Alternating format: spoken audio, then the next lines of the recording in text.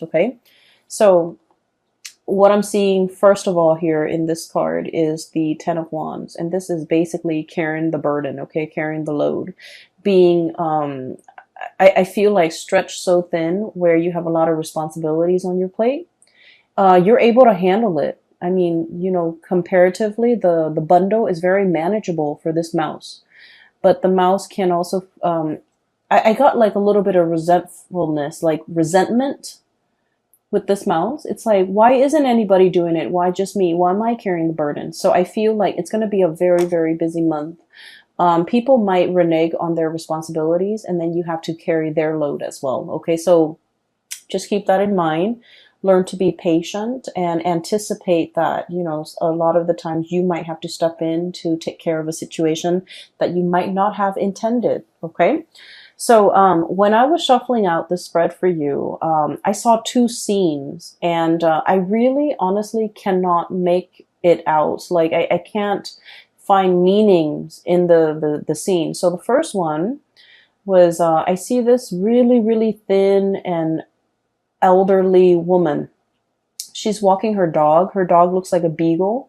She's dressed really, really nicely. She's wearing a pencil skirt, like slight high heels. She's very elderly, but she's, you know, walking tall and proud, okay? So she looks to me like she might be in her 70s or 80s, but she's like not hunched over. She's walking, she's wearing heels, she's dressed really nicely. She has a dog that is, she's walking. She has like newspaper in one hand, a cup of coffee, like a paper cup of coffee in the right hand, newspaper tucked under left arm, and she's walking like in a really strong gaze, like she has somewhere to be, and she's dressed really well. She goes to the ballet, and then she, like, that's kind of like what she does every weekend, I feel, because this woman seems like she's retired. And so she goes to the ballet, front row seats. Everyone knows her name. She has her own little box.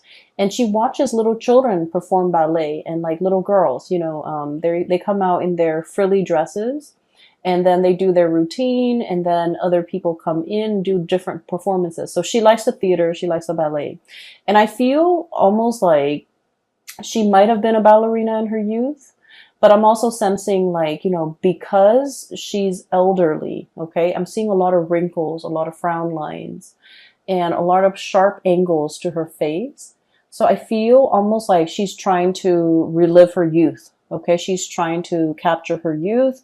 She's trying to kind of like recreate that moment, that youthfulness, that moment of when she was carefree, that, you know, that nostalgia for the past, or the nostalgia for, you know, wanting to be young again. That's what it feels like to me. And then the second image was, I see like dotted lines, okay? You know how when you get like something custom made, so for example, a suit, the tailor would draw like dotted lines on a suit and then would cut, right? So I'm seeing dotted lines on black cloth, and then someone draws the line, and then someone comes in with scissors. And then right after that, I saw like dotted lines on human flesh, okay? Kind of like plastic surgery, okay? That's what it feels like to me. Like, I don't see any cutting though, thank God. But I saw like pen marks, dotted lines on like somebody's tummy. There's like a belly button in somebody's tummy. So somebody might be wanting to lose weight, might be wanting to do like a tummy reduction or something like that. And then I'm also seeing it on someone's face, like wanting to get a lift. So things like that, okay? So the imagery with the woman, and then also the dotted line, I guess, all together, they remind me of, you know, your sense of mortality, okay?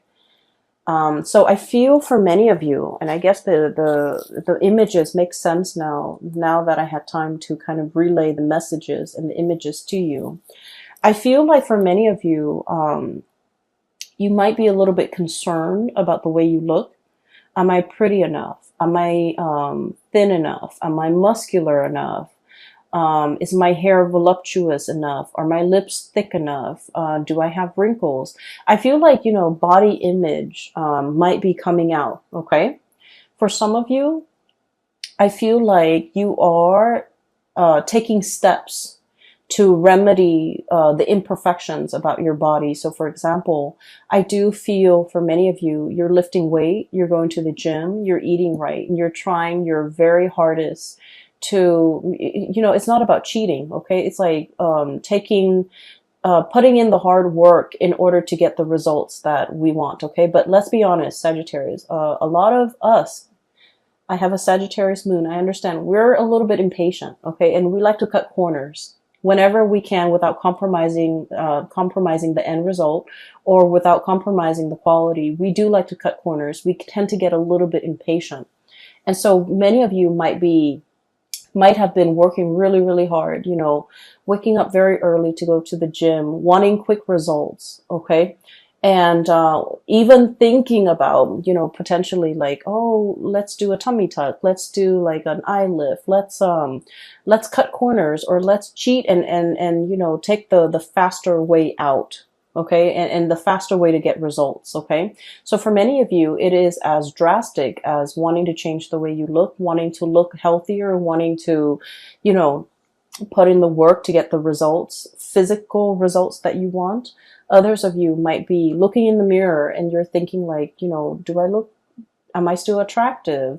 Do I still look nice? Are these frown lines showing? Do I have more wrinkles on my face? Do I have more moles? Do I have more freckles? So I feel like there's something about the way that you look that you might be a little bit insecure about, okay?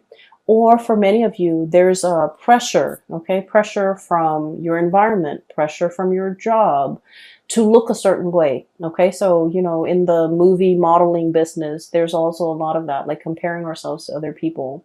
Or even like, in order to land a job, we have to look a certain way, okay? We have to be of a certain body type. We have to dress a certain way. We have to talk a certain way. And so there's a lot of like external expectations.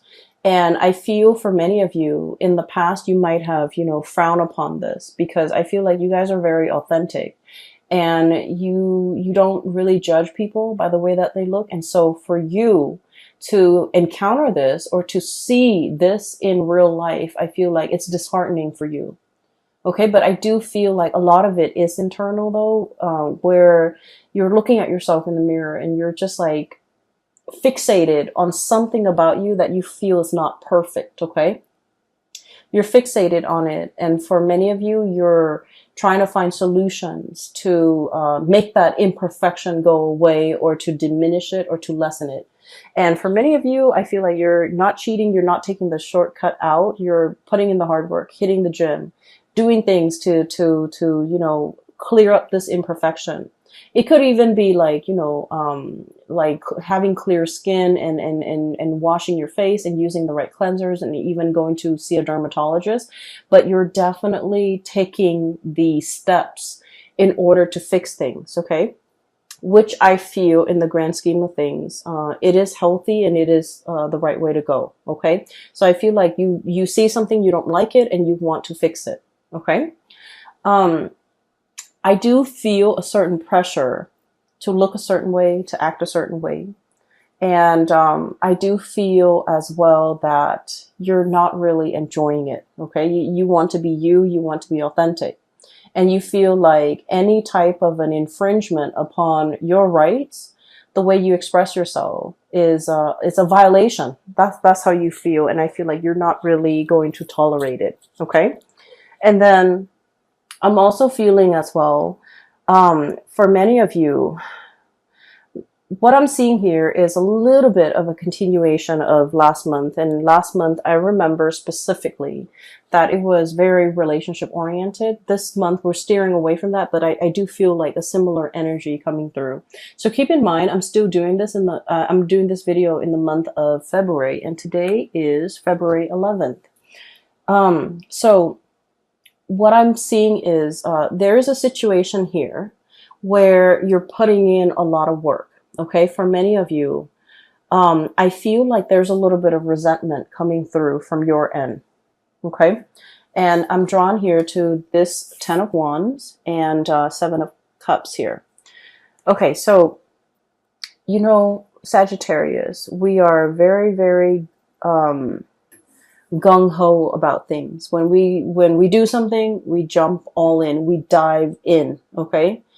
We don't mind like getting our hands dirty. We just like, if we're gonna do it, we go in all the way. We don't half-ass things. And I feel like you're the person that is always willing to help other people. And you're the person that, once again, you work really fast. You finish your responsibilities, you finish your things, and you offer other people, you offer yourself, your assistance, a helping hand to other people. And then I feel like once you offer, you help them with their responsibilities. But if the shoe were on the other foot, if they have the free time, they don't offer to help you. Okay. And so I feel like you want to take a look around and to really think about, where you're expending your energy, who you're helping, and whether or not helping them over and over and over again is a big burden on you. Okay. So I feel like there's a situation here where you helping someone allows them to coast. And then when you're in a jam, you have to do it on yourself, on your own, and they don't offer the same assistance. Okay. So it's not very reciprocal. And I feel like this is an ongoing thing. And I feel for many of you, this isn't a work situation. It's an ongoing thing where you end up bearing the brunt of the burden. Okay. So it's like you're here working very diligently, the pack rat, like, carrying this burden, and the other person is just sitting there looking pretty, feeling that sense of entitlement, like, oh, I don't need to lift a finger. The Sagittarius person will do it. The Sagittarius person will come to my rescue, or the Sagittarius person will offer their assistance. And so I feel like you're starting to see this pattern, and you're starting to see how this might not be fair, how this might not be favorable to you. And you're also starting to see how you do it out of the kindness of your heart. But when you're in a jam, this person is not as willing to put in the work to help you. And so I feel like, this might be a little bit of an eye-opening thing. You might have been, for whatever reason, you might not have seen this person in this type of a light in the past, but now the spotlight is shown on this and you're starting to see it. What we have here is the moon, and the moon indicates confusion. It's a very, very muddled energy. We don't have all the evidence. We don't have all the proof, but we do have our intuition that is telling us about this situation. It's telling us the story, and it's telling us about, some of the things that could be clouded, or how our judgment could be clouded, how we're seeing whatever it is that we're seeing might not be the true reality of a situation. So that's what I'm sensing here. I feel like you do help a lot of people, and I feel that you're starting to see how it disincentivizes them from working hard, from doing their fair share of the work, when you're always the one stepping up. Does that make sense? Okay, so I feel like it's not about telling you to step down, but I feel that you need to be a little bit careful about where you expend your energy and to whom you give your energy. Okay. I also feel for many of you, you're dealing with a relationship partner, and it's also echoing the same type of energy. The relationship partner here is the Seven of Cups. Okay. This is somebody who gets distracted easily, and this is somebody who has a million things that they're dabbling in. Okay, they could be, full of options, full of choices, quite possibly very, very indecisive. Okay, they're scattering their energies, scattering their tentacles far and wide, and I feel like their energy is not focused. It's not directed the way that yours is. You get things done. This person leaves so many things unfinished. Okay. And when you're dealing with this person, it seems like they, for whatever reason, can't take care of the mundane things, the everyday things, the practical responsibilities. And so you have to also step in and take over the situation. I'm seeing somebody who's very artistic, not autistic, like very artistic, crafty. I'm also seeing somebody who's like a dreamer, like they're like hopelessly romantic. They're always reading, always drawing, always listening to music. Their head is not in the real world. They could be a little bit spacey. They could be a little bit like clumsy, a little bit ditzy, a little bit absent-minded. And I feel like it's a little bit frustrating when you're dealing with this person because like they leave everything a mess and you might have to clean it up. For some of you, this could be a child.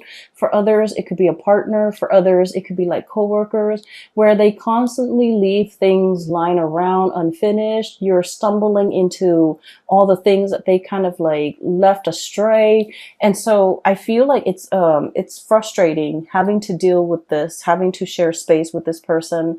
And I feel like you're growing a little bit impatient with this person and you're wondering why they can't get themselves grounded. Okay.